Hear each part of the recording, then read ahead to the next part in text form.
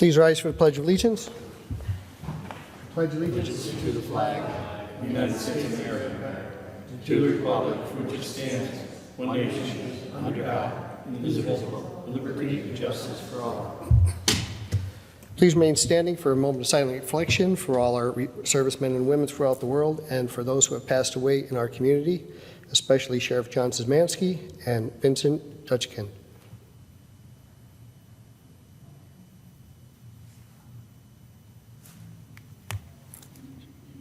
Thank you.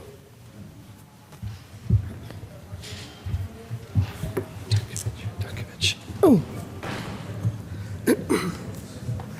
Roll call, please. Mr. King? Present. Mr. Schuster? Present. Dr. Rothchild? Here. Mr. McAndrew? Present. Mr. Smurl? Here.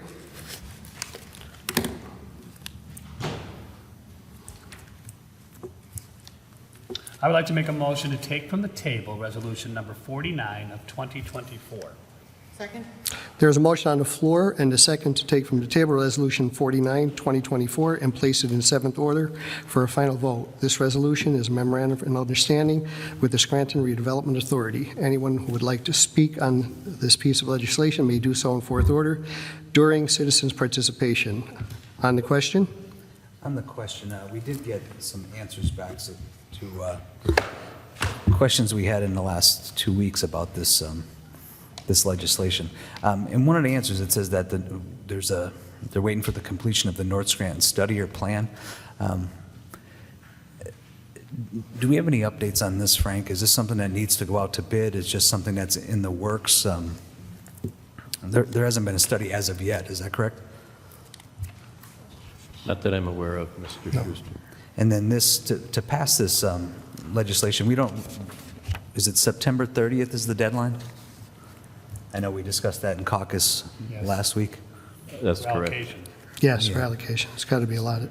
Yeah, so no real rush on this. I'd suggest we kept it off the table until we got the timeline for that North Scranton study and plan, if anyone else is in favor of that. I'd be okay with that.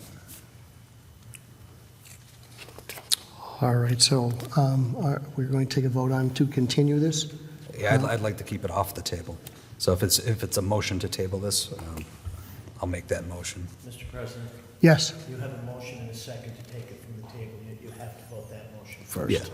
So I'd suggest voting it down until we find out about the North Scranton study and plan. Okay. Anyone else? Okay, so, I think that we have to vote on the original motion. Yes. There's been a motion, there's been a second, and there was on the question, and the question was to possibly, table it, but the question is to remove it from the table. That was the initial motion and the second. So if You we must were- vote that motion first. So yeah, if we were to vote it down, it would keep it off the table. Correct. Correct. I'm in favor of taking it from the table and voting on it for tonight. I feel like we've received our answers from last week, so I'd like to move forward on it. I mean, at this point, I've received answers. When it comes to administrative fees, the SRA is going to take that 10% administrative fee, which comes out to about $90,500. I was worried about that fee, so now I know who is getting it. As I've said in the past, there was that streetscape project in North Scranton. I know it was several $1 million. I know we're possibly looking for other ways to fund that. I see that this would be an improvement possibly to the area. I just like some more, now that I'm seeing that there's a plan in place for North Scranton, that there's going to be a study and plan, and that there's no, real rush to get this done as it's not due until September 30th. I'd like to get the timeline on that plan, but if we vote to take it off the table, then so be it. okay, I am in favor of taking it from the table tonight, only because the questions I had asked had gotten answered, and that the streetscapes plan, there isn't enough money in the $975,000, or in that $900,000 to do a streetscape project. That's into millions of dollars, and it involves the state also. So I'd like to just move forward with this and let the SRA start doing improvements up there as soon as possible. Anyone else? All right, so this will be voting on taking this from the table. All those in favor signify by saying aye. Aye. Aye. Opposed? No. No. The ayes have it, and so moved. Dispense with minutes. Third order, 3A, correspondence received from City Business Administration on June 5th, 2024, regarding updated payroll preparation tax collections as of May 28th, 2024. 3B, Single Tax Office City Funds Distributed Comparison Report for year-to-date June 6, 2024, and year-to-year comparison report for June 7th, 2023 to June 6, 2024. Are there any comments on any of the third order items? So is it fair to say, excuse me, is it fair to say that 2023 is down compared to 2022 by roughly close to $500,000? Over $500,000. We're talking about the payroll prep tax? Right. Is that what we're talking about right now? So when it comes to these collections, they always seem to be low to begin with. As we're seeing the what's actually collected in the end, I don't know how these funds roll in. A lot of times these numbers seem to be in these areas. So 300, you're talking about the 391,900 in the first quarter? No, I'm talking about the comparison between 2023 and 2022. If you look at the total, Okay, the 840. $2,289,555. And then I know they had budgeted 2.4 million. And then in 2023, they budgeted 2.4 million again, but they only collected $2,372,004.81. Just like, next time we meet with Kathy, I'd like to try to get a better understanding as to what's happening with that. That's $500,000 less. Yeah, so I mean, that is correct. So last year would have been 2.4, and they collected 2.8, so they overshot that budget estimate. Right. And then this year, yes, they are falling short, and that's supposed to have organic growth, so Yeah, it is a good question to They ask. undershot it by 28,000, I guess. Yeah, I mean, yeah, over the 2 years, it seems to balance out, but this year, as of 2023, they're under budget. Yeah, they seem like they're behind. That's all. Thank you, Mr. King. Anyone else? If not, received and filed. Do any council members have any announcements at this time? I have a few announcements. First off, I just want to say that Saturday ended up being a great day for the Garbage Olympics, and I was really happy to be able to participate again, along with Kathy and Allison from our office. And I think we did a pretty good job in the Garbage Olympics, picking up garbage. We were over in West Side. It was also being done in Pine Brook. So really happy for that event and for the other cleanups that were going on that day. I want to mention that this coming weekend is Juneteenth, and that's going to be taking place on Saturday from 12 to 5 p.m. So that's hosted by the Black Scranton Project every year, and that's at 1902 North Main Avenue. And it's a really great event every year that they do outside, and there's always music, and I think they're bringing back the roller skating again this year too. Almost fell on my butt last time that I tried that, but it's a really fun event. And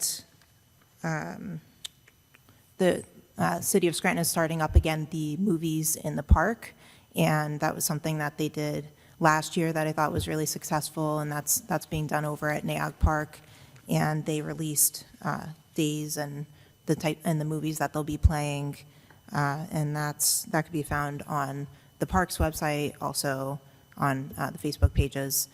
So definitely a great opportunity to bring kids to go see the movies in the park. I know I'm going to go to a few.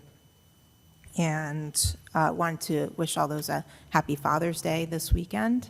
And lastly, I wanted to thank the SPD and the Scranton Fire Department as well for their work over the weekend in the Hill section.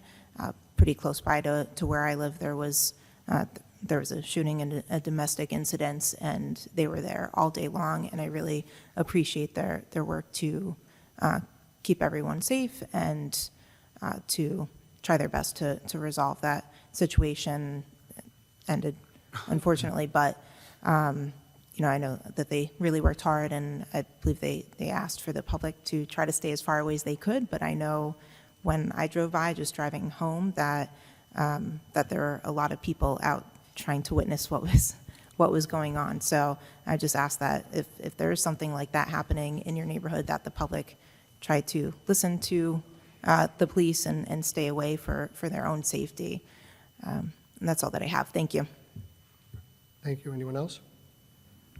I would also like to thank the Scranton Fire Department for continuing their replacement of smoke alarms and CO2 alarms. They did Prospect Avenue on Saturday from the beginning to the end. They basically come knock on your door, ask you if you have smoke alarms or CO2 alarms. If you don't have them, they provide them free of charge, and they also install them. So if anyone is in need of these, you can call 348-4164, extension 1, and they will put you on the list to have them installed. This is all done free of charge, and it is for anyone elderly, or if you can't afford them. It is totally free. They have a concern that people are afraid to let them in to install these alarms because they think they're coming in to inspect your houses. That is not done. They actually cannot do that, go in your house and inspect it. So don't be afraid to let them in. A smoke alarm or a CO2 alarm, they do save lives. And the underground miners up at the Brooks Mine up at Nayog Park, they are open all summer now from 10 a.m. to 5 p.m. Free tours. They take you in through the mine and explain a lot of what they did. They've totally rebuilt it. They've put an exit in on the one side, and they've done a great job up there. It is all free to the public, but they do accept donations. So if anybody would like to help them continue their job because they are building some of the old coal cars that were there. They'd like to rebuild them, and I guess they're in the process of that. That's all. Fourth order, citizen participation. Oh, I'm sorry. I thought you had more, Jerry. If I could I want to thank the Scranton Police Department as well and the Scranton Fire Department for their handling of that situation. Very, very tentative situation up in the hill section, and unfortunately it ended in a self-inflicted bullet wound. But they did a great job protecting all the neighbors and ensuring the health, safety, and welfare of everyone in our great city. So they always do a great job. It doesn't matter what the situation is. So I want to thank them. And once again, I do want to congratulate the graduates at Scranton High School on Friday night, this coming Friday night. I think West Scranton's at 5. I believe Scranton High School is at 7:30. So I wish all the graduates well in their future. That's all. Thank you. Thank you, Mr. King. Fourth order, citizen participation. First name on the list is Leslie Collins, but she was here earlier from Scranton tomorrow, so I don't believe she wants to speak again. Joan Odawanis?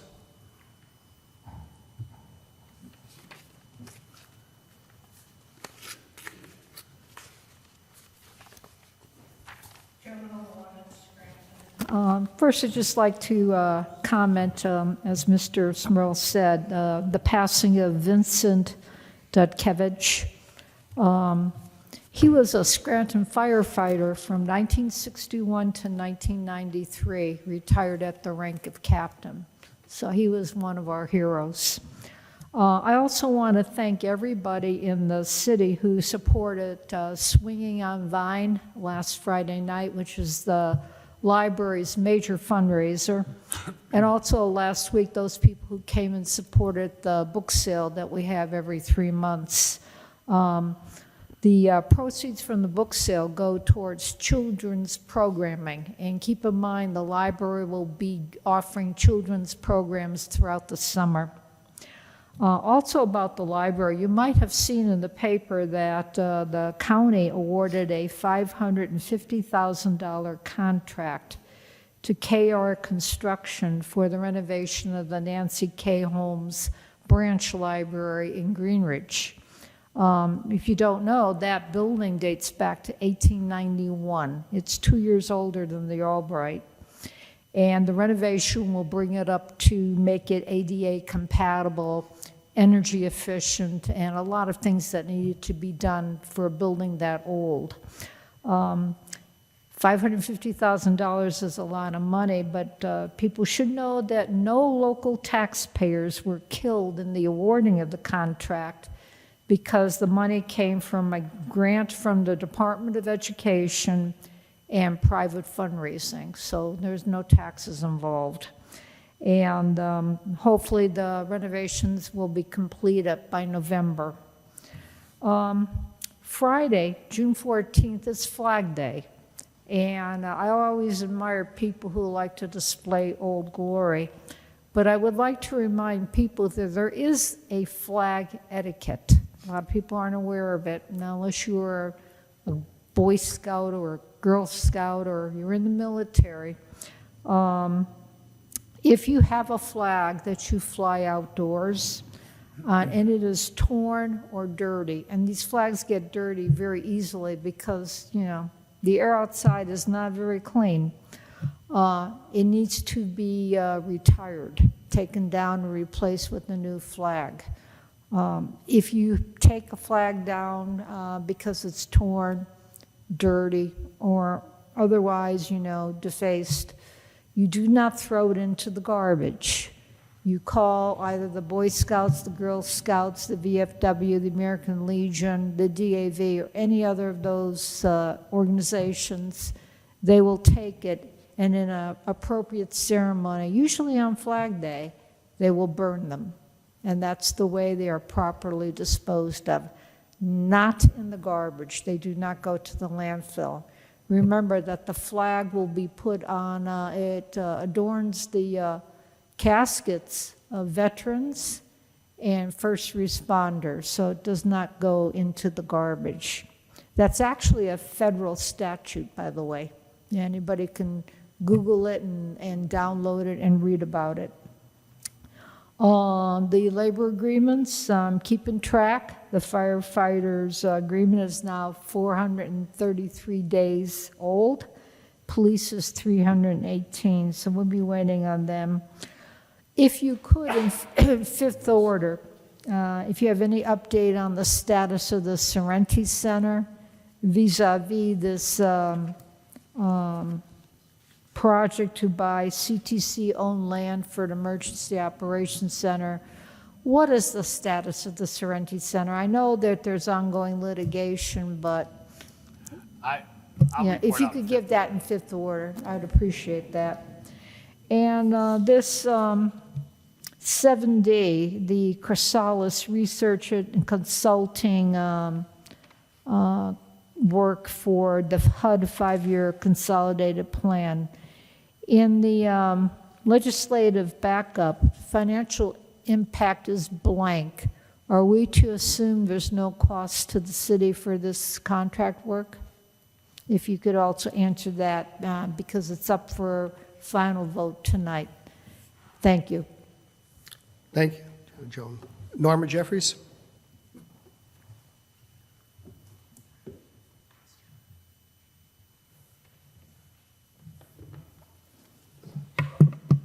Norma Jeffries, city resident. And tonight I'd like to start with the street signs. And after council last week, nothing was mentioned about the activity with the street signs and that there was work that was going to be started. And good old Facebook, you know, there was a posting that the street signs were starting to go up in West Side. And I thought, why do we have to go to Facebook to find out that the street signs are starting to go up? So I reposted it and to let everyone know. So I did ask some friends over in West Side if they've seen them. They had not.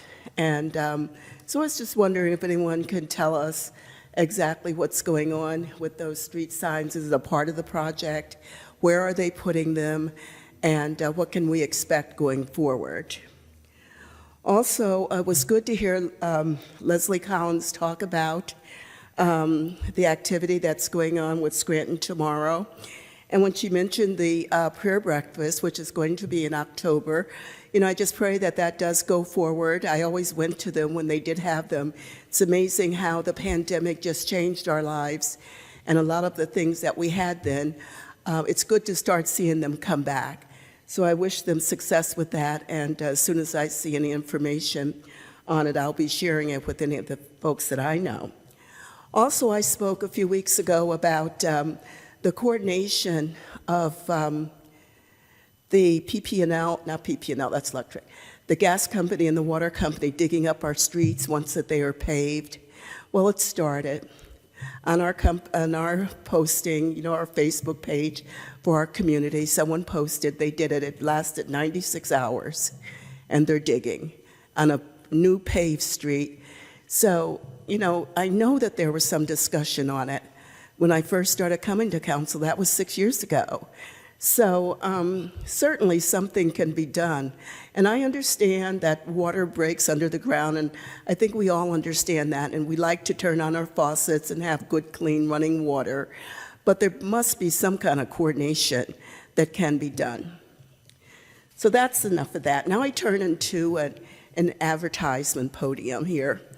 And the first thing I wanted to talk about was our Scranton project, and thank you, Dr. Rothchild, for mentioning that.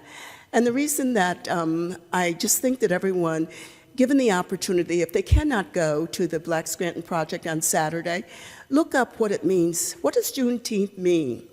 What does it mean? Why are they having a celebration for June 16th? Look it up, Google it, and become more educated about it, about our history, about what it means when they want to celebrate. Because people come and ask me, I can tell you what I know, but there's a lot more that you can learn about it. So come out on Saturday, learn about it, and bring your chair. I was talking with Glennis, there may not be enough chairs for everyone, so make sure you bring your chairs so that you can sit and listen to the music. I won't be roller skating, Dr. Rothchild, but you just enjoy the activity, and it's good to see the kids out and how they interact with each other. It's just so enlightening, so come out to that on Saturday. And then also my other thing that I'm working with is the flower show. The flower show is going to be, of course, on June the 29th at Naog Park, but it's so much activity going on with it, and it's grown so much in the years that I've been involved with it. I think this is the 4th year. And this year, the Everhart Museum is going to be involved with us. They partnered with us, and they will be having free admission to the museum. There's face painting for the children, and there's also, they're going to have music as well, and we're going to have music, and over in the park by where the zoo used to be, any of us who grew up in Scranton know where the zoo used to be, there's going to be storytelling time, and we've gotten a huge chair for someone to sit in and tell stories to the kids. They're going to read books to the children. And also, the Scranton Public Library has been very gracious and have given us books that each child that comes will receive a book, and we have little Naog pens. You see my little Naog shirt on tonight? But we have little Naog pens that each one of the children that come to the event will receive that pen. So I'm just hoping that, that people will put this on your calendar. Just for this weekend is Juneteenth, and then I keep getting this date mixed up, but the last Saturday of June is the Electric City Flower Show. When I first came to Scranton, I'm almost out of time, people would say there's nothing to do. There's plenty to do in Scranton. Have a good evening. Thank you, Norma. Bob Bolus?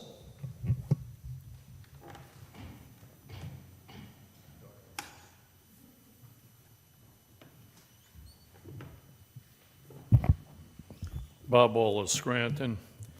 First off, I was glad to hear that we had something good to say about Sheriff John Szymanski. He was one hell of a sheriff, but he was one hell of a citizen of the city, and he was a great friend. And we need more people like him in this community.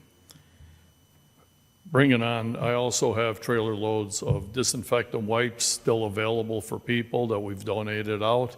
We had the trailer at Weston Field. But I'd probably take it out of there after a while because they just stopped taking stuff off it. But moving on a little more, I just came back. I've been out of the area for the last couple months dealing with a torn Achilles tendon. And right now I'm going through treatment here at Lehigh Valley. And Jessica's very familiar. She's one of their associates, and they've had nothing bad to say, let me put it that way, but good things to say about the physical therapists that are employed there. What I don't like, and I'm not making this personal to anyone, but you see our flags that are flying here. I've traveled all over the world. What was the feeling that everyone got here on the 80th anniversary and saw those white crosses sitting there, knowing those young guys never got a chance to come back here? Well, we're here tonight in this city and this country, able to speak freely. We're not getting shot. We're not having our heads cut off like Hamas and the rest of them are doing. And I donated the flags.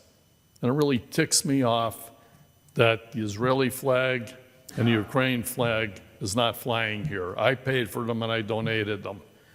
I also donated them to the government building and the county. I think it's a slap in the face to say that we're supporting all these scumbags that are out there protesting, defacing our statues and everything else. Now, the 80th anniversary passed. I didn't see a flag outside. I didn't see any flag that said, thank you guys for dying. Thank you those that came home maimed and otherwise with PTSD and everything else. I didn't see any of that, either here, the government building, or anywhere else, to honor those veterans, those Americans. And I'm an American, I'm a Republican, and I'm a patriot. This is my country, and it insults the living hell out of me to see a flag flying out there that's under the queer organization, that's given respect instead of giving respect to those that died, that gave us this right to be here. And Jessica, don't take it personal. I could care less what people do in their own personal lives. This is about here in Florida. They got rid of the rainbows on the bridges now. Now they're red, white, and blue lights. We're taking our country back from everybody that's trying to take it from us. All these radicals that are standing out in the street going, oh, we're Palestine, Hamas though. If you're Hamas, you're a murderer, a raper, a butcher, etc. That's the difference. We're trying to bring the country back. I like to see right now, look at our city. How many shootings have we had? Gerald, you remember we could leave our doors open, our cars unlocked in this city. We can't do it anymore. And why is it that way? Thank you, Joe Biden, bringing all your illegals. They have no jobs, nowhere to live, no place to go. So what do they got to do? Steal, rob, beat up people, shoot people, get what they want. They got to eat. They're going to find a way to do it. This is what's happened to our country and our city. And in this city, we need to take it back. And in my final statement, I brought this up with Jessica more than once in the past. I have a brother that's a plastic surgeon. I have cousins that are MDs. I would respectfully ask you to identify behind your name what type of doctor you are. Your profession is one of the best in the world, and we all go there for treatment. And it's a profession you should be proud of and not feel that you shouldn't put it behind your name as a physical therapist. You are the people that make us healthy again and should be damn proud to do it. And I would respectfully request that you identify that you are a physical therapist. It's an honor to have that more than anything else. Thank you. Ron Ullman?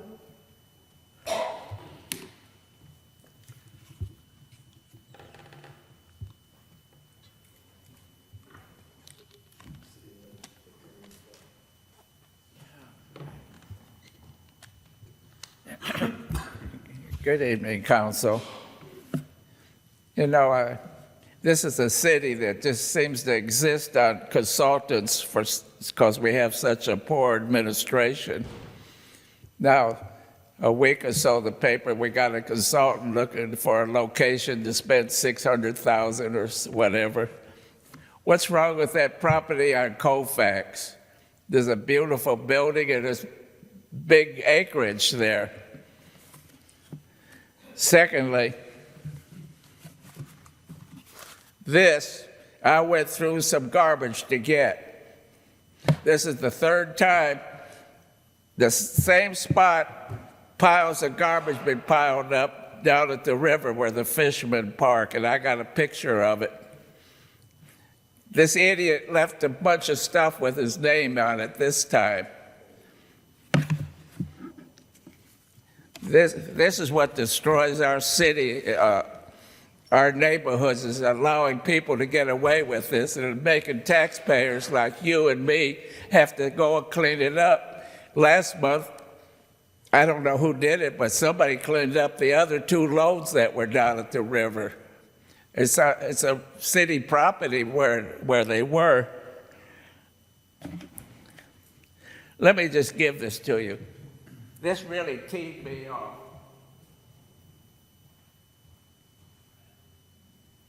His neighbors all over that. That wasn't in the garbage. That's just some cardboard boxes. Give me 1 second. I'll show you a picture of that Okada.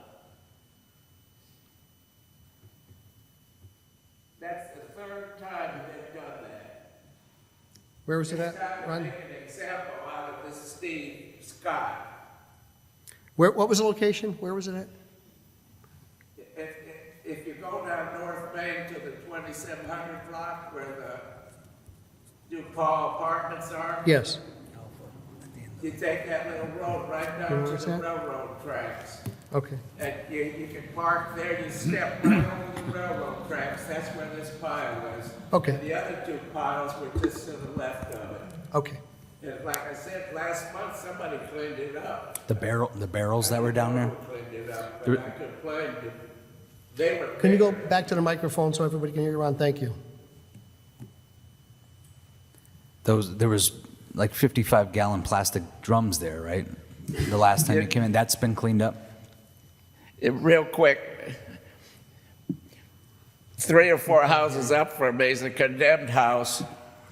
Every Monday night, this white car comes and dumps 4, 5, 6 just bags of garbage there.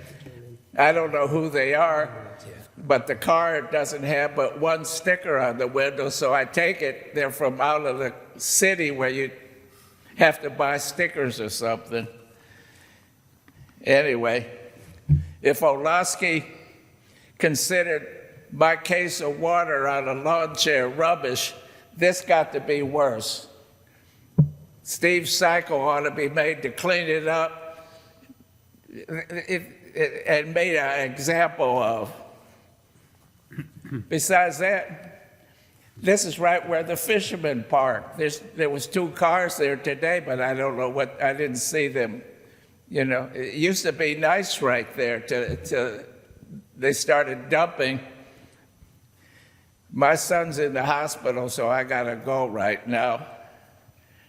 I don't know what you're going to talk about afterwards, but I wish you would consider making an example out of him. Thank you. Thank you, Mr. Ellman. And Tom knows where this is at, so he will give Mr. Voldenberg the location, and then we'll send hopefully someone down to actually Yes, sir. document it. Thank you. Thank you. Virgil Argenta?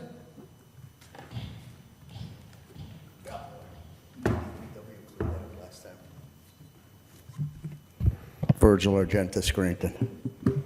Storm drains within the city. Can you produce which ones belong to the city of Scranton and which ones belong to the Pennsylvania American Water Company? And if you could provide information, which departments will be addressing the storm drain repairs? And if you can, please provide a list of storm drains owned by American Water Company and which ones are owned by the city of Scranton.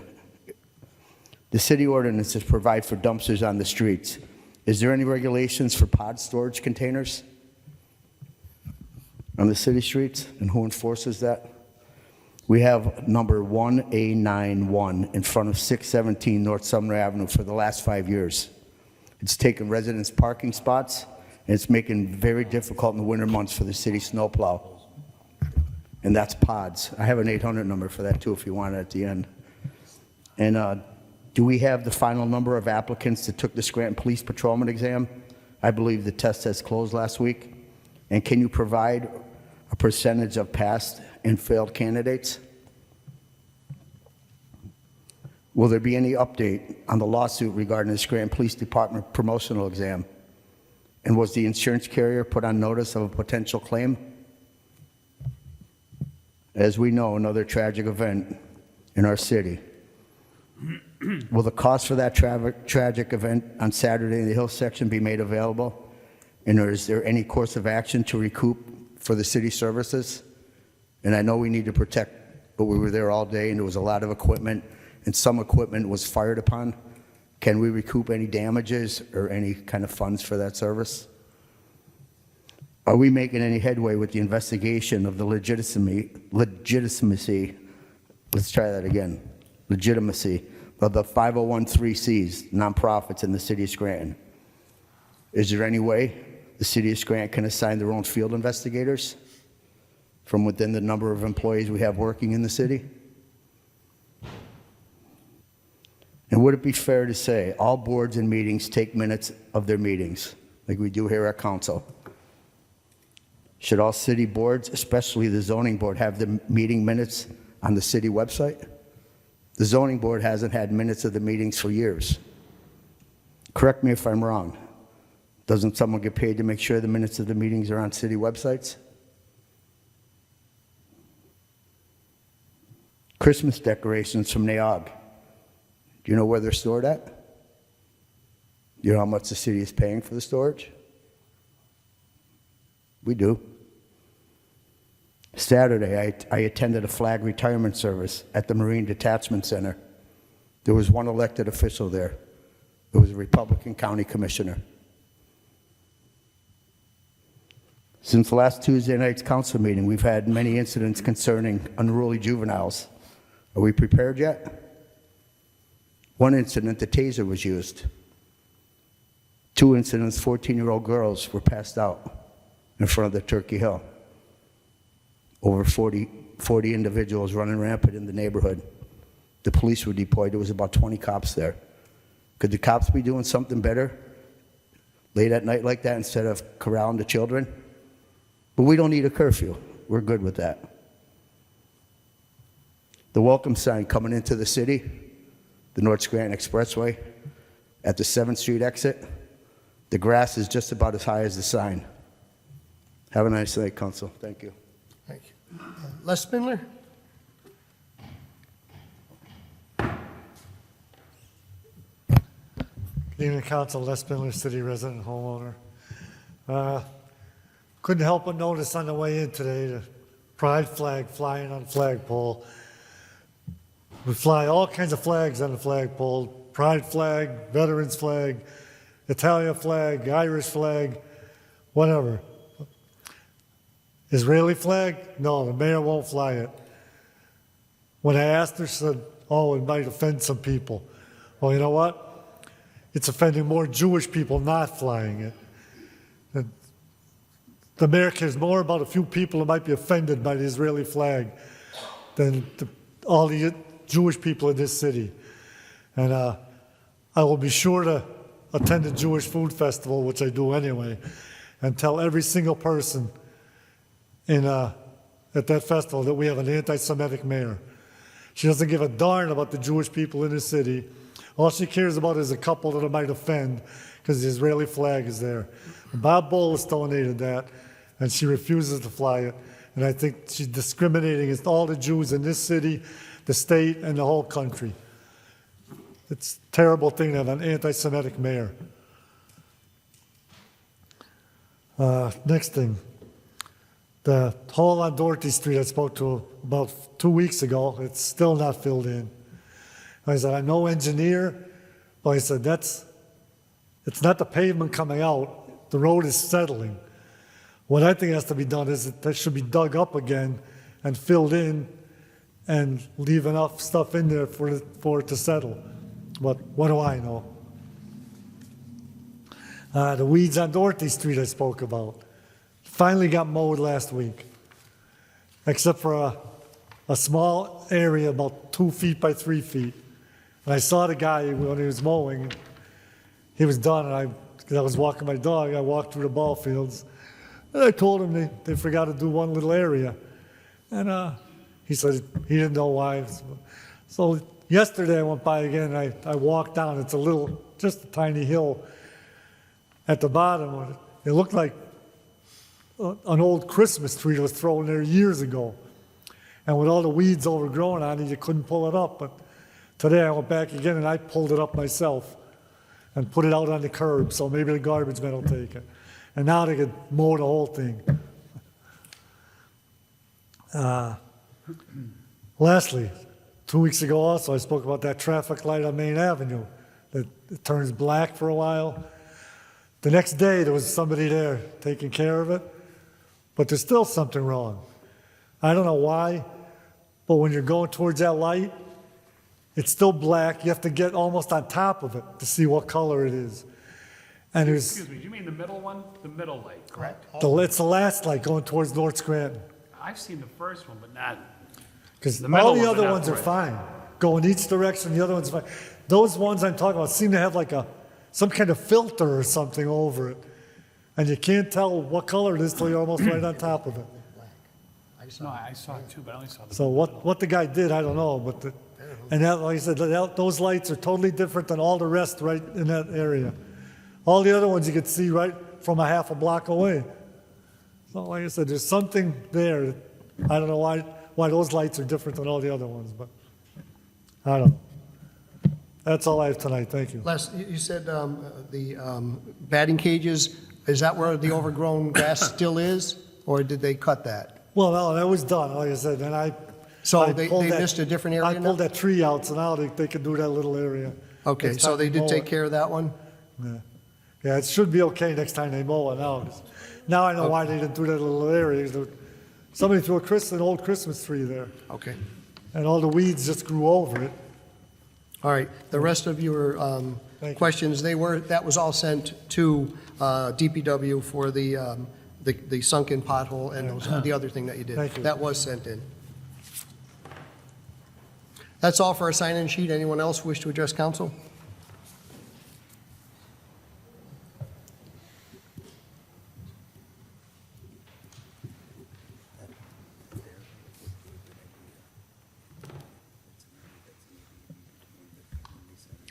Tom Coyne, Manuka.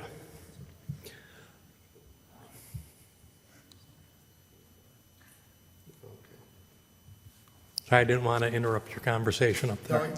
we want to make sure that's taken care of all the time because it gets overgrown. I'm Mr. sorry. Go ahead.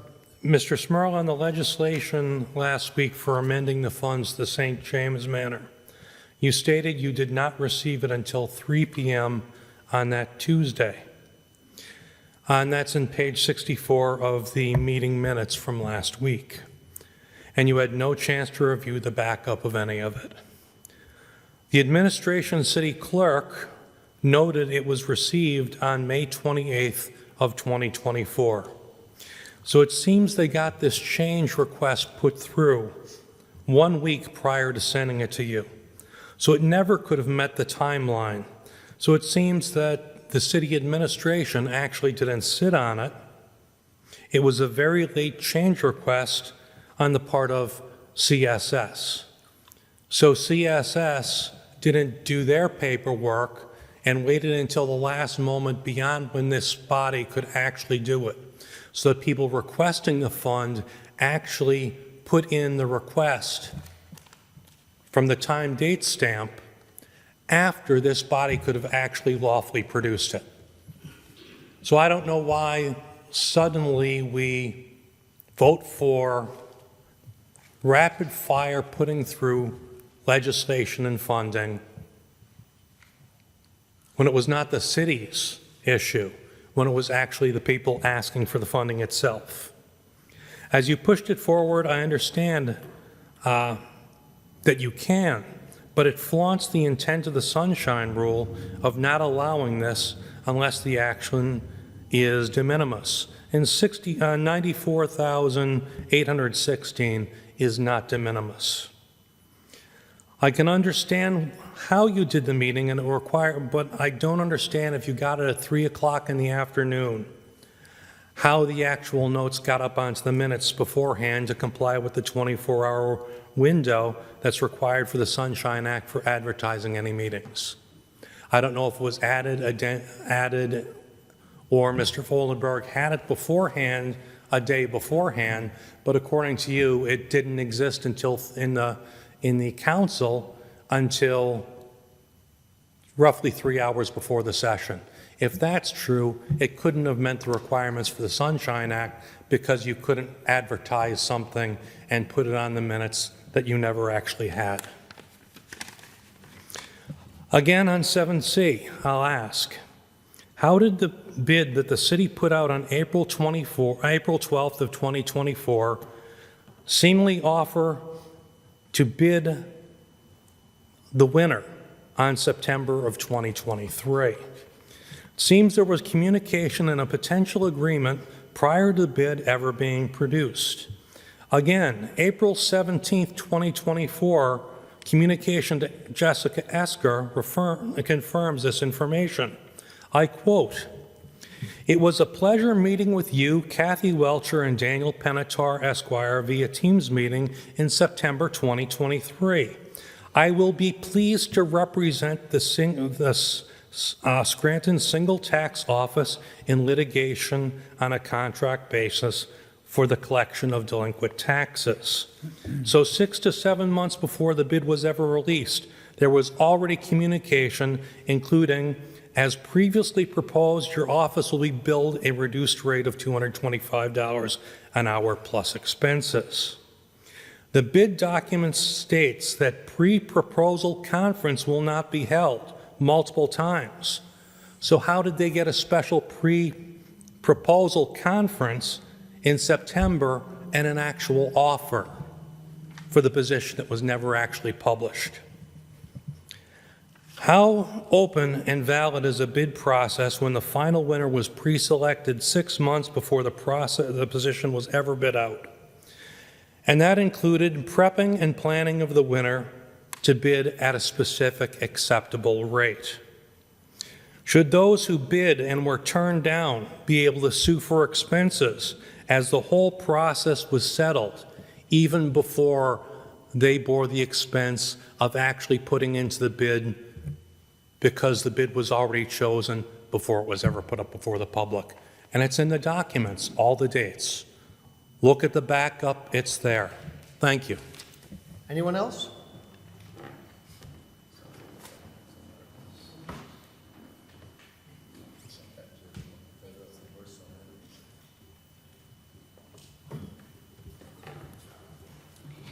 Marie Schumacher. I hope I can talk for a while, not too long though. I am very anxious to hear what you're going to have to say about the Sorrento tonight, and I hope it includes the number 15 fire. I'd like to know, has that gone on the market? I haven't seen anything in the paper. And are we or aren't we? If we are, why isn't it being done? I'm sorry to say I don't have a lot to report. I asked for them an update from both, or the differentiation between the CTC project and the Sorrento Center. The only answer I got back is, we will schedule this with the city clerk. So they're going to come in, hopefully, before we go on August break. That would be nice. Yes, now, on this building, how long is this building going to be in the cage that it is now? Do we have a finished time for the whatever's being done on the outside? This City Hall? Approximately a little over a year. Really? Mm-hmm. Wow. Yes. Wow. And then it appears that the pave cutting has not been, do we have a pave cut person now, again, on the payroll? I'm not sure if we have a pave cut inspector. There is a position. I don't know if it's filled. It seems as the last update we got was that the city engineer was doing the pave cut inspections. Really? Huh, what are they going to charge? We did ask that. Did we get a price on what they're doing it free of charge at this point in time. That's correct. Okay, because I was going to suggest that you bring back the prior pave cut person and hire her for a short Well, we time can't. to This train person is somebody. has gotten injured, so we can't put somebody in that place. Okay, Well, we can't fire them. They were just injured, so. Well, I mean, they to can help still that, come back. to help the person that's doing it, or supposed to be doing it now. And could we get, for a while, could we get some statistics on how many are done in a week? So we know that things are really being done? And how much how many people, or how much people have paid to get those pave cuts? So that would be nice. And then I guess the capital budget, that comes out in August, as I recall. So maybe some of these things will be in that. And will the Meadowbrook, again, is that on schedule? Tom, do you know if all the rights-of-way have been signed? I know it's ongoing. I don't believe there is an actual schedule. Oh. But it's ongoing. It's on hold, you say? It's ongoing. It is continuing. Oh. Okay, well, are all of the rights-of-way completed? I don't To do believe that. everyone is completed. Okay. Well, maybe you could provide the number of them I believe next Attorney week. Boyd Hughes is working Okay. on tying up the last several rights of way. It's not quite done yet, but he's working on it. Oh, okay. And I agree with you about the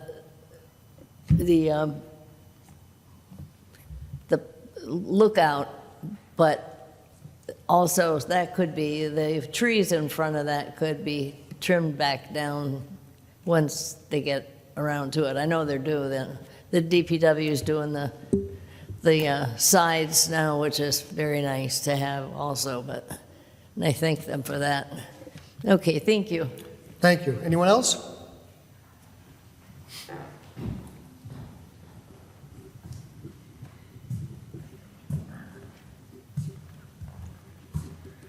Good evening, Council. Dave Dotson, resident taxpayer.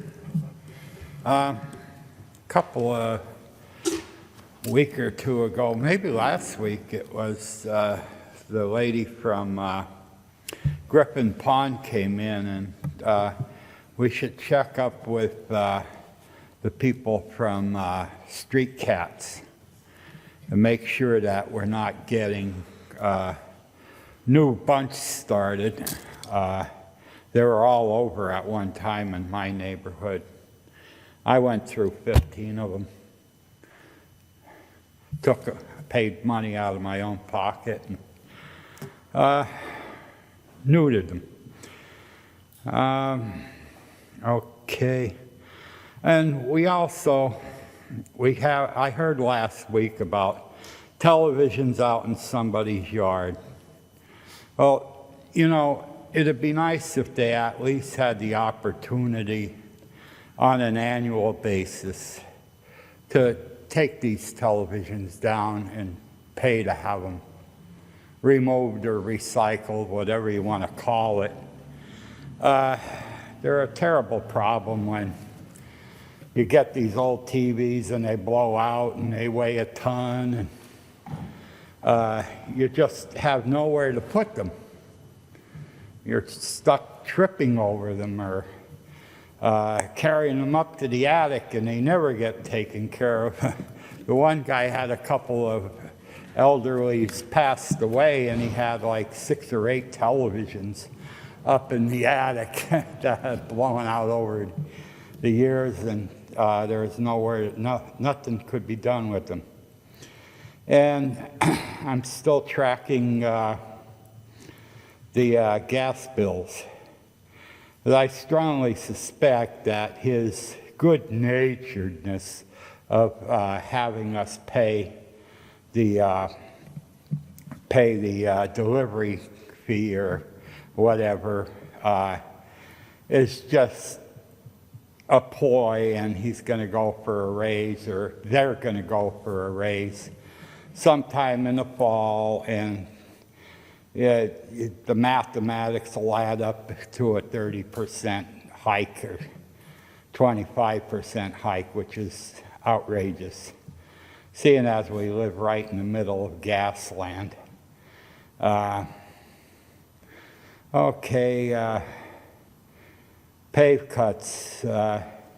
Once again, they should be inspected at the end of the season, at the end of the summer season, and everybody should have to register when they're doing one, and they should be inspected after that, and then they should be inspected several months later, because I think what's happening is a lot of the tar that they lay down to seal the edge is just sinking down in. It melts and sags down in the crack, and then you have a groove in the street for lots of water to get in, and it's not good for us.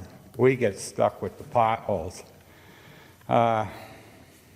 Once again, the AI was in the paper again, and it's a problem in Europe also. And I'm going to bring this up again. Raising the alarm on pregnancy care, emergency rooms, refusing to treat pregnant women after Roe v. Wade overturned. They're worried about zealot DAs. Now, this is primarily down south, but there's plenty of organizations pushing it in Pennsylvania and everywhere else. 26,000 rape pregnancies in Texas since Roe v. Wade was overturned. 65,000 throughout the South. Miscarriages, they're told to go sit in a hot car to mimic sepsis. And torn clothes, facial bruises, lacerations, verified that they were molested. No morning after pill in Iowa. I mean, aren't we? I mean, we're so faithful. And it just goes on and on and on. And then once again, we got the Moms for Liberty in Philadelphia trying to remove the books off the shelves. Don't bother. I read them at home. Thank you. Have a good night.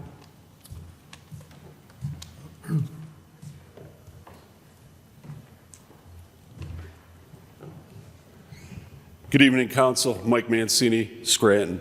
Tonight I'm going to talk about my opinion of the state of the city and our current mayor. We've talked about several things, and one of the big things here is basic infrastructure, like our roads. You know, you see the state, you see the county. Every time they do a pave cut, it's serviced properly. It's tarred, it's sealed. They don't have to go back over it. Every time there's a tear in the road or a cut in the road where they seal them together, usually in the middle, you see tar. You don't see that on the city streets. What you see is us filling them in at the expense of PA American Water and UGI. They rip our roads up. We have these ordinances. Nobody seems to enforce them. The mayor could care less. She's not even from here. I don't think she grew up wanting to be the mayor of Scranton. It's evident. She works her job 10:30 to the last photo op. Shameful. It's disrespectful. It's unbecoming of that chair and those who sat in them before her. Shameful that you have to find a swerve pattern on the roads that you travel on a daily basis. The ones you don't travel, you have to watch the cars in front of you just to get out of the way of the potholes the manhole covers. I have never seen these streets in the condition that they're in. The other evening, there was a party in West Scranton near Turkey Hill. A couple 14-year-olds were passed out. I caused a call to a residence just down the street. Several police officers were notified. They arrived on scene.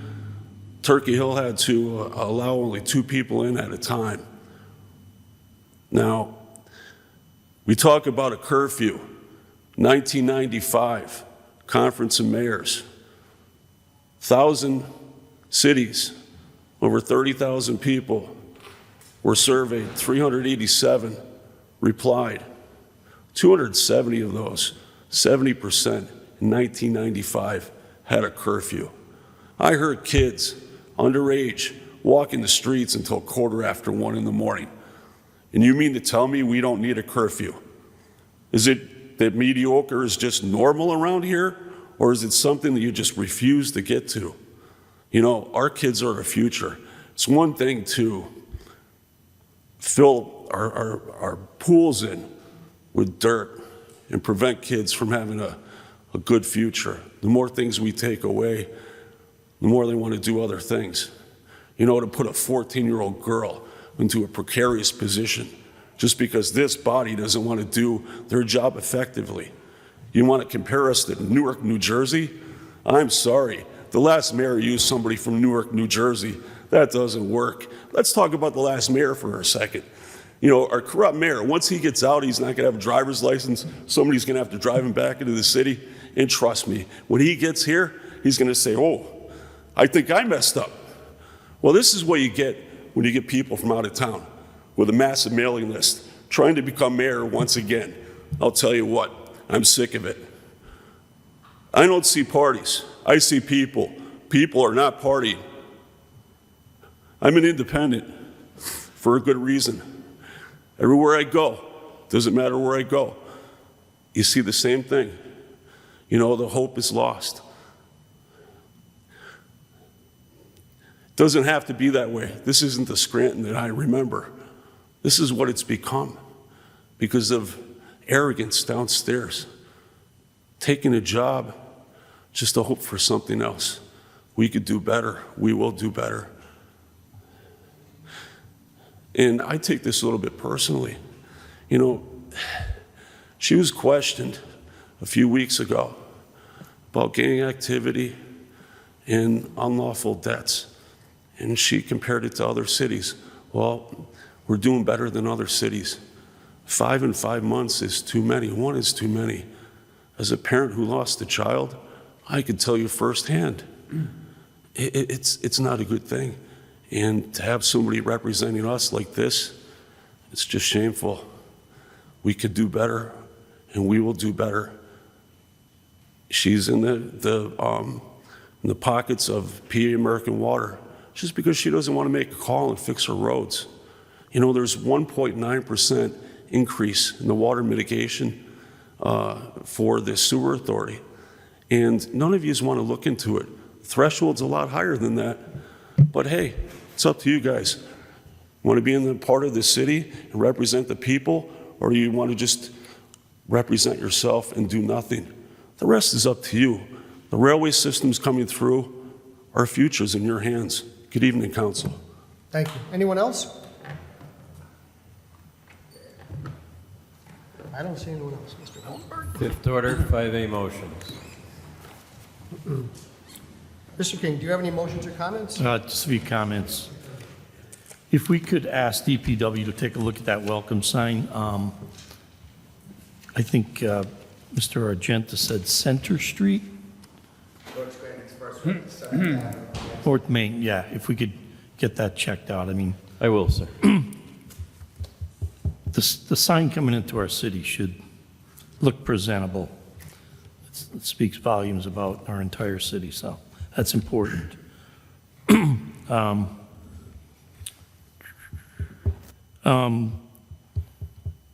Jessica Rothchild is Dr. Jessica Rothchild, period. There's Dr. Erin Keating. She's the superintendent of Scranton Schools. There's Dr. Jessica Rothchild. She's a physical therapist. There's doctors of pharmacy. There's doctors of, I think we should just put that to rest, as far as that's concerned.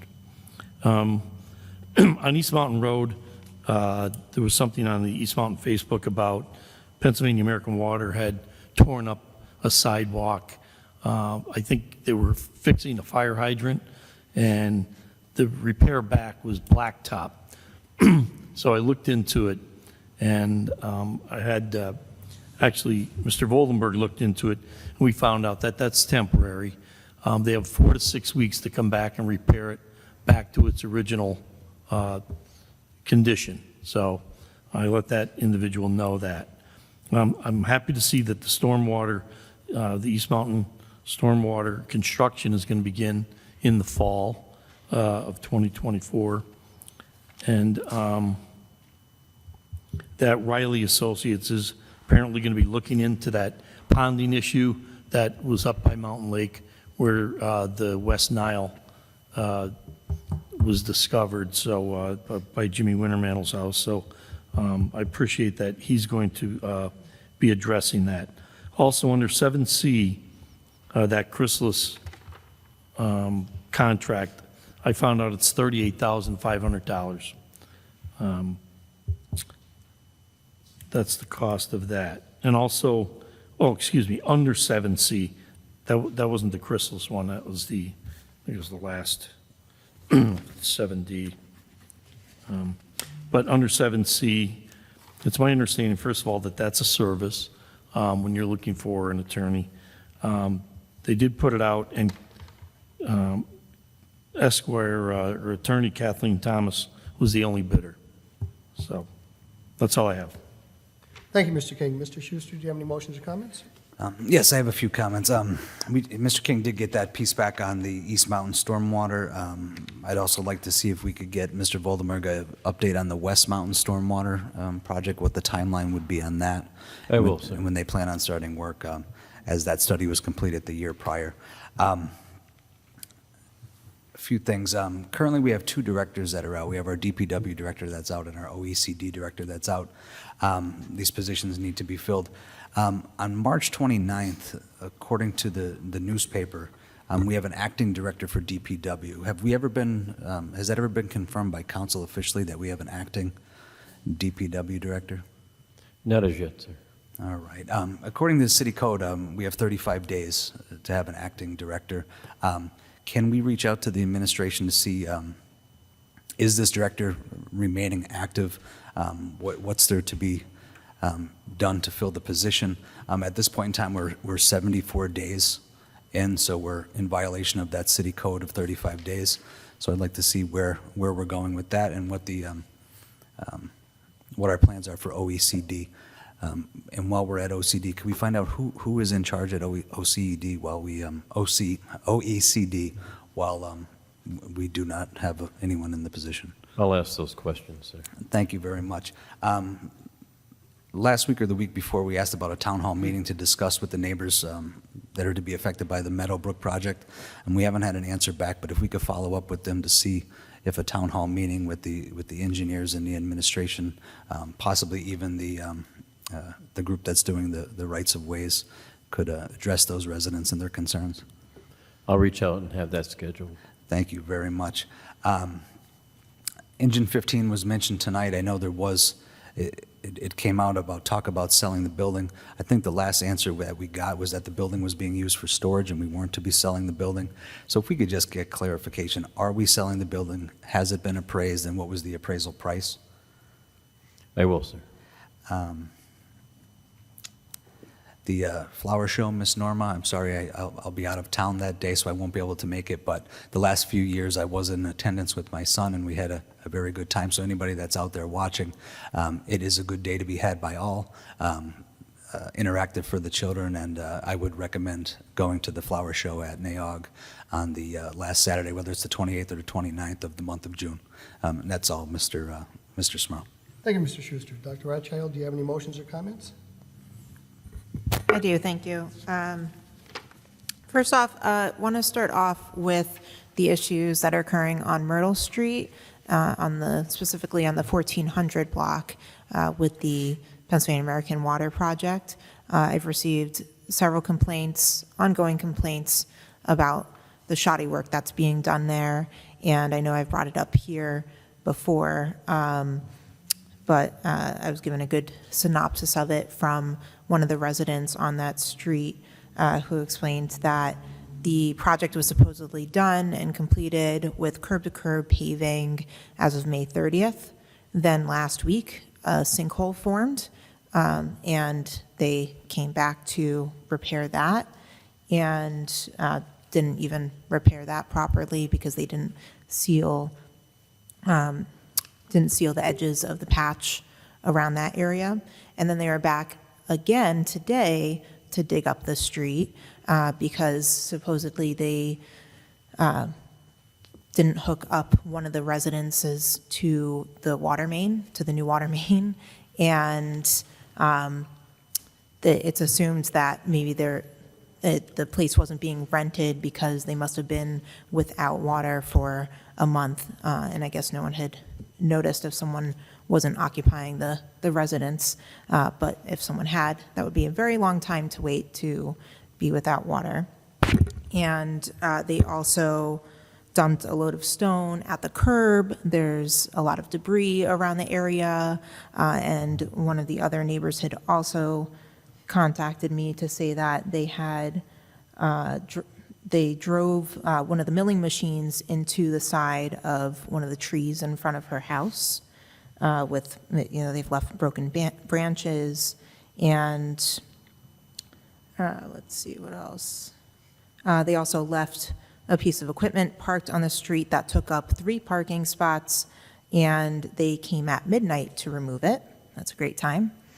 And there's just so many complaints, and this is obviously not being done properly for this project. So I know that we've spoken before to Steve from American Water. Certainly I want to reach out to him, but I also want to reach out to Riley and get them to visit the area and find out why they've had to come back twice already and they're still performing shoddy work along the 1400 of Myrtle. I'll involve Riley Associates also, Dr. Rothchild. Thank you. And one of the emails we had, there were several other questions, some regarding the ordinance that the city has, and the 800 block of North Irving, which we previously received a complaint of if American Water's been contacted because of the pothole and the poor restoration that occurred on that street. And I think mostly they just want to see that we enforce the ordinance that we have, and that there are consequences for utility companies performing shoddy work. And I also wanted to bring up another street. Doesn't have to do with the utility company, but it's a request for paving, and that is along the 500 block of O'Kell Court, which is the alley behind Arthur Avenue. So I'd like to send that over to DPW so they can check out the street and see if it's appropriate to add to future paving lists. I'll have them added to the list. Thank you. And I believe a couple weeks ago, I had requested the meeting minutes for the Unsheltered Task Force committee that I had attended, but I don't think that we've received them No, we to haven't. date. So if we could put in another request for them, please. I'll follow up. Thank you. And one other thing that I have, last week I had brought up the weather normalization rate that some customers had been seeing appearing on their UGI bills. So there is, UGI does have like an information sheet on what the weather normalization adjustment charge is. And the POC had approved it apparently back in 2022 and as a pilot program for us lucky customers. And it said that the weather normalization adjustment will be applied under the following circumstances, and those are if temperatures are more than 3% colder than normal in a given month, then customers will receive a credit on their bill. If temperatures are more than 3% warmer than normal in a given month, customers will receive a surcharge on their bill. And then in months of normal weather, bills will not have this adjustment. So apparently it's been something that's been around for a while and depends on the weather patterns for normal versus abnormal weather expectations. And that's only between October 1st through May 31st of each year. So I'm happy to provide more information if needed, but that's what I have. Thank you. Thank you, Dr. Rothchild. Mr. McAndrew, do you have any motions or comments? Yeah, I got a couple. So first of all, I'd like to applaud and say how proud I am of the police and fire department and their valiant efforts maintaining safety and professionalism with last weekend's standoff. So kudos to you guys.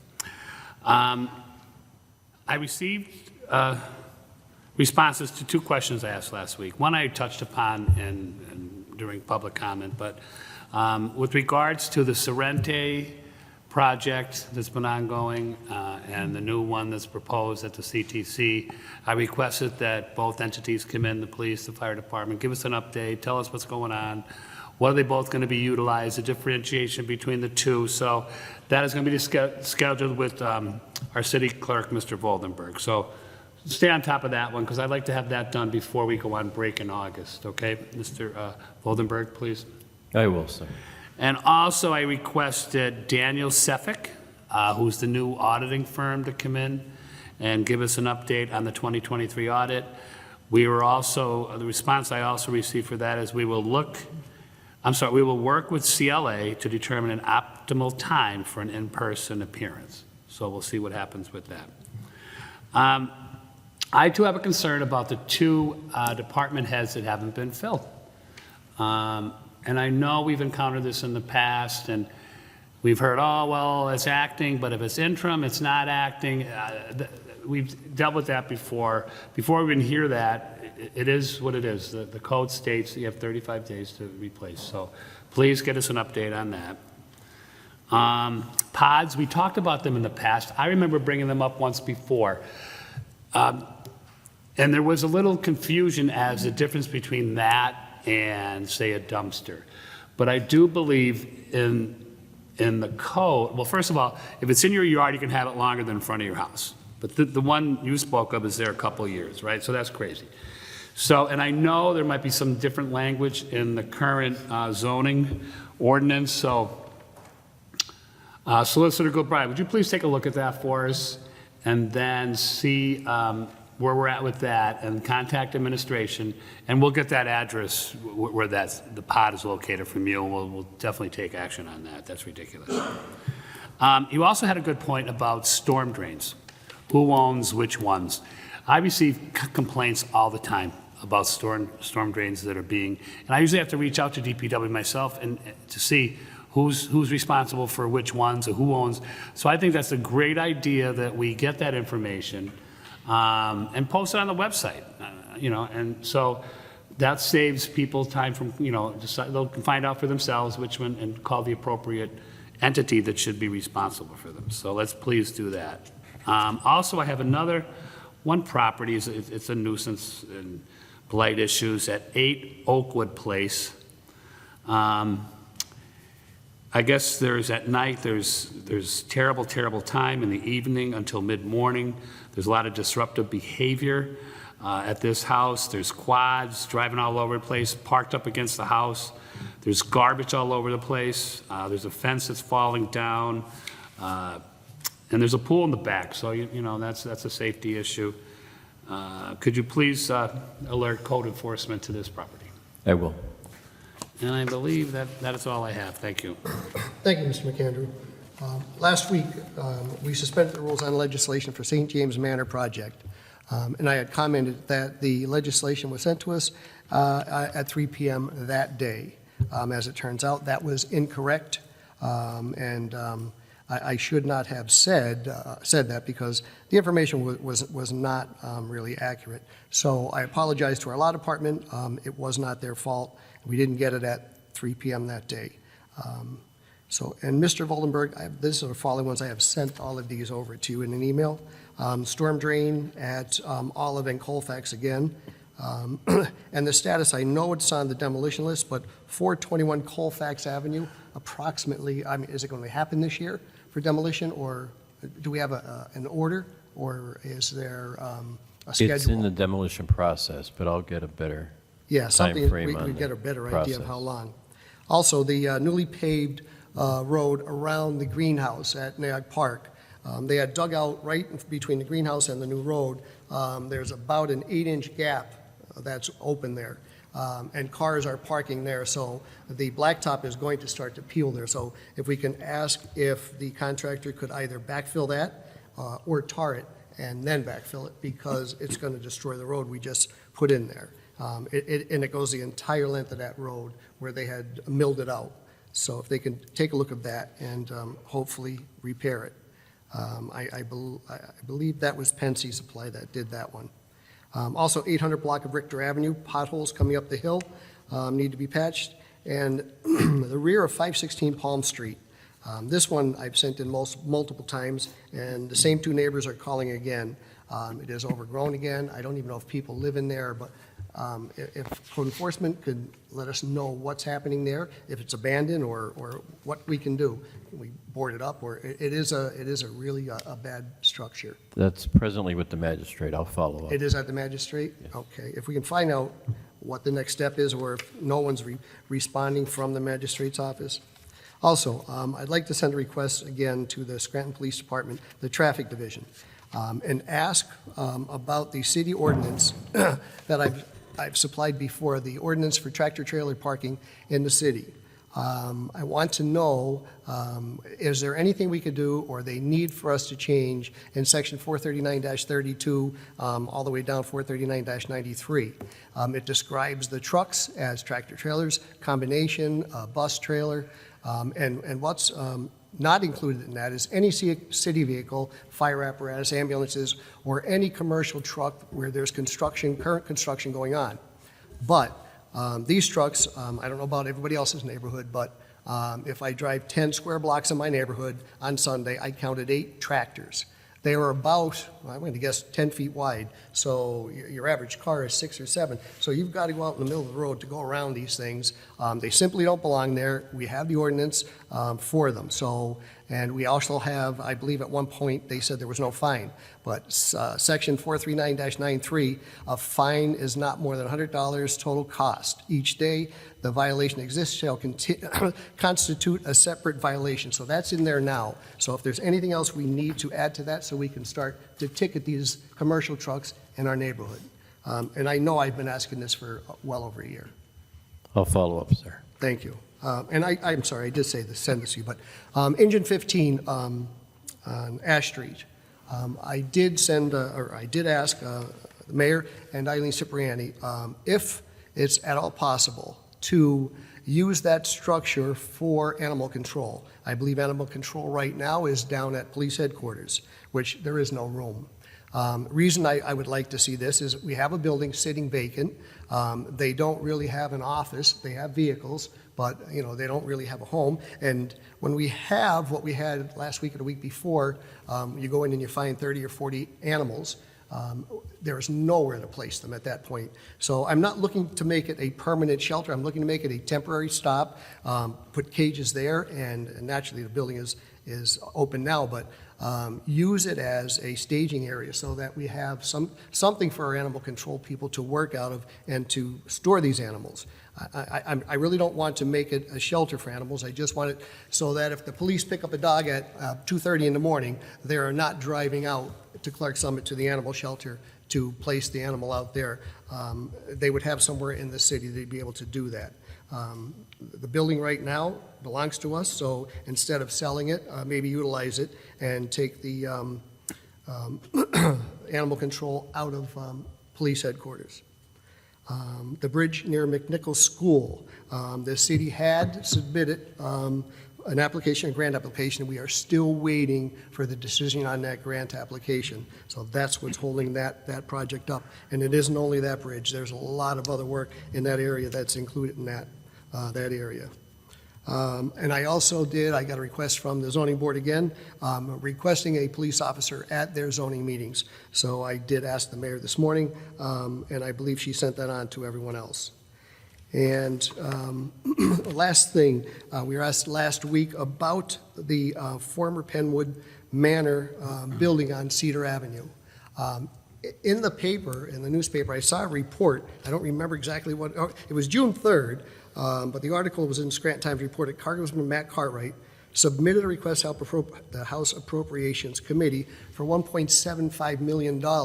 And it said it was to redo a building in South Scranton and make it into affordable housing for low-income, at-risk veterans. I believe that's the building they are speaking about. I don't know anything else that large in South Scranton that we'd be able to remodel with that much money. That's all I have, Mr. Mr. Merrill. Smurl, Thank you. we have Yes. two quick ones. Mr. Voldenberg, on 723 River Street, had a neighbor express concern. I guess the front of the house looks all right because the neighbors take care of it, but the back of the house, there's like a pool. It's been abandoned, and the grass is up as high as the fence. So if we could ask the license and inspection to stop by there, that would be greatly appreciated. I will. Also, the pave cuts seem to be a big issue that have been discussed here this evening. Number one, I think it's important that we find out what we're doing as a city, as DPW, to ensure that the pave cuts are, I guess Riley Associates is inspecting them for us now. That's all well and fine, but we need a permanent solution to that. And actually, the utilities, we need to make sure that they're filling in these pave cuts the proper way. So, and we'll maybe take a look at the ordinance for pave cuts and manhole covers, if we could do that. Maybe I can ask Solicitor Gilbride if he could maybe take a look at that for us, see exactly what the ordinance says in terms of pave cuts and manhole covers. And that's all I have. Thank you. Thank you, Mr. King. We're good? Mr. Voldenberg? 5B, no business at this time. Sixth order, no business at this time. Seventh order, 7A, for consideration by the Committee on Rules for adoption, filed to Council number 19, 2024, amending the Scranton Abington's Planning Association, SAPA, Intergovernmental Cooperation Implementation Agreement. As chairperson for the Committee on Rules, I recommend final passage of item 7A. Second. On the question, roll call, please. Mr. King? Yes. Mr. Schuster? Yes. Dr. Rothchild? Yes. Mr. McAndrew? Yes. Mr. Smurl? Yes, I hereby declare item 7A legally and lawfully adopted. 7B, for consideration by the Committee on Public Works for adoption, filed to Council number 20, 2024, ratifying and approving an intergovernmental agreement of cooperation and memorandum of understanding between the City of Scranton and Borough of Dunmore regarding the coordination of stormwater mitigation and state compliance for Dunmore properties subject to the Meadowbrook project. What is the recommendation of the chairperson for the Committee on Public Works? As recommendation for the Committee on Public Works, I recommend final passage of item 7B. Second. On the question, roll call, please. Mr. King? Yes. Mr. Schuster? Yes. Dr. Rothchild? Yes. Mr. McAndrew? Yes. Mr. Smurl? Yes, I hereby declare item 7B legally and lawfully adopted. 7C, for consideration by the Committee on Rules for adoption, resolution number 54, 2024, authorizing the mayor and other appropriate city officials to execute and enter into a contract with Kathleen M. Thomas, Esquire, to serve in the capacity of special counsel for delinquent business privilege and mercantile tax collection for the city of Scranton. As chairperson for the Committee on Rules, I recommend final passage of item 7C. Second. On the question. On the question, I had some concerns last week. I asked if there was going to be a cap when it came to this position, and I received an answer, and the answer I got was that there's going to be no cap on the hours for this position, that Assistant Solicitor Joe O'Brien will continue to handle the day-to-day representation at the STO, which he is the solicitor for the STO, and manage most of the delinquent business privilege and mercantile tax collection cases. Attorney Thomas will only supplement the work as needed. This is a year contract, and I'll pay close attention to those bills and probably be making requests for the billing on this position as the year goes on. Anyone else? Roll call, please. Mr. King? Yes. Mr. Schuster? Yes. Dr. Rothchild? Yes. Mr. McAndrew? Yes. Mr. Smurl? Yes, I hereby declare item 7C legally and lawfully adopted. 7D for consideration by the Committee on Community Development for adoption, Resolution Number 55, 2024, authorizing the Mayor, Office of Economic and Community Development, and other appropriate city officials for the City of Scranton to engage with Chrysalis Research and Consulting, LLC, to provide consultant work and administrate our HUD 5-year consolidated plan within the City of Scranton. What is the recommendation of the chairperson for Committee on Community Development? As chairperson for the Committee on Community Development, I recommend final passage of item 7D. Second. On the question? On the question, I found out that, as I mentioned earlier, it's $38,500 for this contract. Anyone else? Roll call, please. Mr. King? Yes. Mr. Schuster? Yes. Dr. Rothchild? Yes. Mr. McAndrew? Yes. Mr. Smurl? Yes, I hereby declare item 7D legally and lawfully adopted. 7E, previously tabled, for consideration by the Committee on Community Development for adoption, Resolution Number 49, 2024, authorizing the mayor and other appropriate city officials to execute and enter into a memorandum of understanding with Scranton Redevelopment Authority. What is the recommendation of the chairperson for the Committee on Community Development? As chairperson for the Committee on Community Development, I recommend final passage of item 7E. Second. On the question? On the question, as I said earlier, I had questions about administrative costs. The administrative cost on the money that's being sent over to the SRA with this MOU is set at 10%. Some of the answers that we received was that the fee covers the necessary costs associated with managing and administrating the funds. The SRA is going to undertake a range of projects focused on infrastructure enhancement, community development, and economic revitalization. Much of the scope and the specifications of these projects will be developed after completion of a North Scranton study and plan. The approach ensures that it's going to meet aesthetic and functional goals aligning with community needs, and that they plan on sending detailed plans over to the City Council. As this is a large sum of money that will be going to North Scranton neighborhoods, I will be voting yes on this tonight. I wish that the council had slowed it down, as we don't really have a strict deadline that's near. It's going out to September, so I think we could have got a little bit more clarity on the projects, but it is money that's going to be going towards revitalization and development in North Scranton. Thank you, Mr. Schuster. Anyone else? Yeah, I mean, I'm not going to hold this up, but I'm not happy with the answers I got. And this happens a lot. I'll ask a question, and it's not the answer I'm looking for. I just don't get the answer. I get in a different form. So, and then they provide new information. So the North Scranton study plan, who's doing it? Is it the SRA? Is it the city? I don't know. They don't tell us. 10% for the administrative costs could be, how it's done is either between 2 and 10. 10 seems like a lot. What is the 10 going to be utilized for? Is the 10% going to be utilized for the salary of the SRA director that we had up front in the beginning? I don't know. It's supposed to get reimbursed? I don't know. So, I'm going to take the last sentence to heart. Detailed plans and timelines will be provided to council. So that's where we'll have to do our due diligence to make sure that these projects are what was originally promised to the North Scranton residents. That's all I have.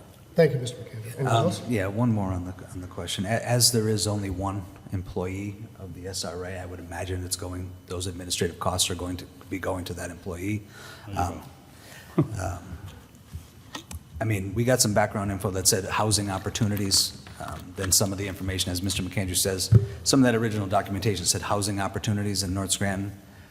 Kind of threw me off, because now the answer we're getting is infrastructure enhancement. I mean, I guess housing opportunities could fall under that somewhat. Community development, possibly. Economic revitalization, maybe. But I would have liked some more clarity on the plan, but like I said, it is a lot of money going into the North Scranton revitalization, so I will not hold that up. So one more thing, so 10% is 90 grand, which is probably the salary. Interesting. Okay. Okay. Roll call, please. Mr. King? Yes. Mr. Schuster? Yes. Dr. Rothschild? Yes. Mr. McAndrew? Yes. Mr. Smurl? Yes, I hereby declare item 7E legally and lawfully adopted. Eighth order, 8A, resolution number 49, 2024. This resolution was taken from the table and placed in seventh order for a final vote. If there's no further business, I'll entertain a motion to adjourn. Motion to adjourn. Meeting is adjourned. Thank you.